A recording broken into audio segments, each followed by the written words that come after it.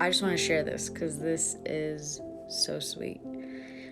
John 15, verse 13. Greater love has no one than this, that someone lay down his life for his friends.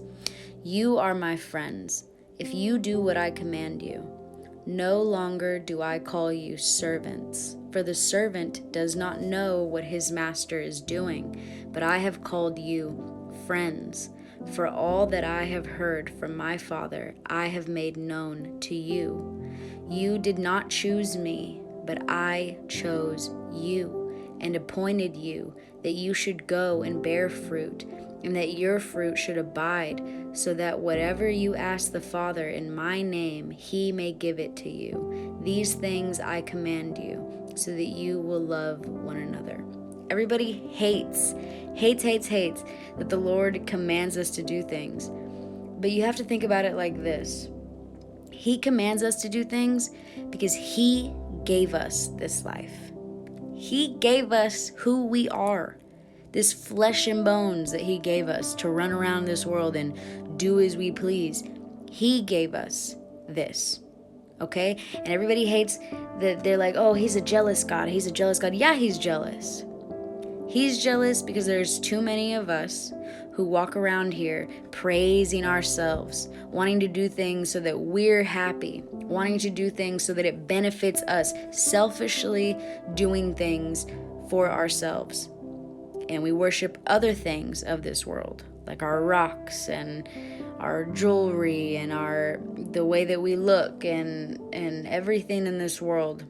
And yeah, he's jealous because he gave us this life.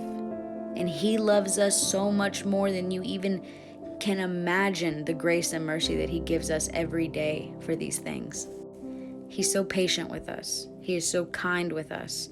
He gives us time and time and time again to find him when we're at our lowest moments. When we have absolutely nothing to give, he finds us in those little moments and reminds us, hey, I'm right here, and you don't have to do this alone. And I know that you think that you've had to do this alone, but you don't.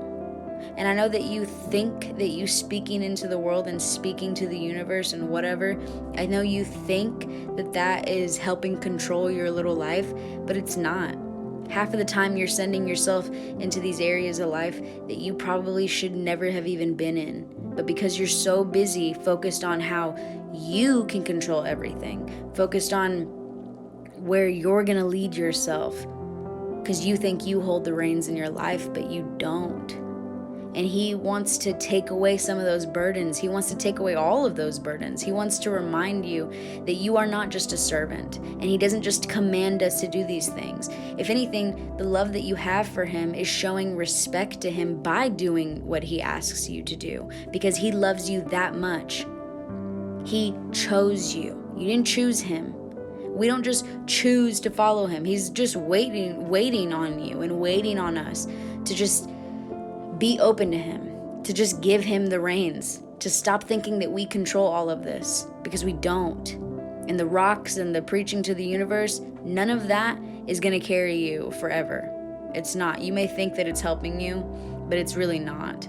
You're doing things based off of your own happiness, but in reality, he never just said, yeah, keep doing what you're doing and that's going to be okay and everything's going to be fine. Just keep living how you're living. You always wonder why you're suffering and why you're put in really bad situations, and you think, yeah, well, all these things made me tougher. All these things made me stronger. Maybe you didn't have to go through all of those things.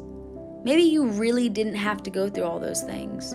But because you think that it is all on you all the time, you put yourself in these situations that you end up learning from, yeah. Or maybe you don't end up learning from them, and then you keep falling even more and more and more into these holes and these pits. Or maybe you could have just asked the Lord to take your hands and to lead you where you need to be.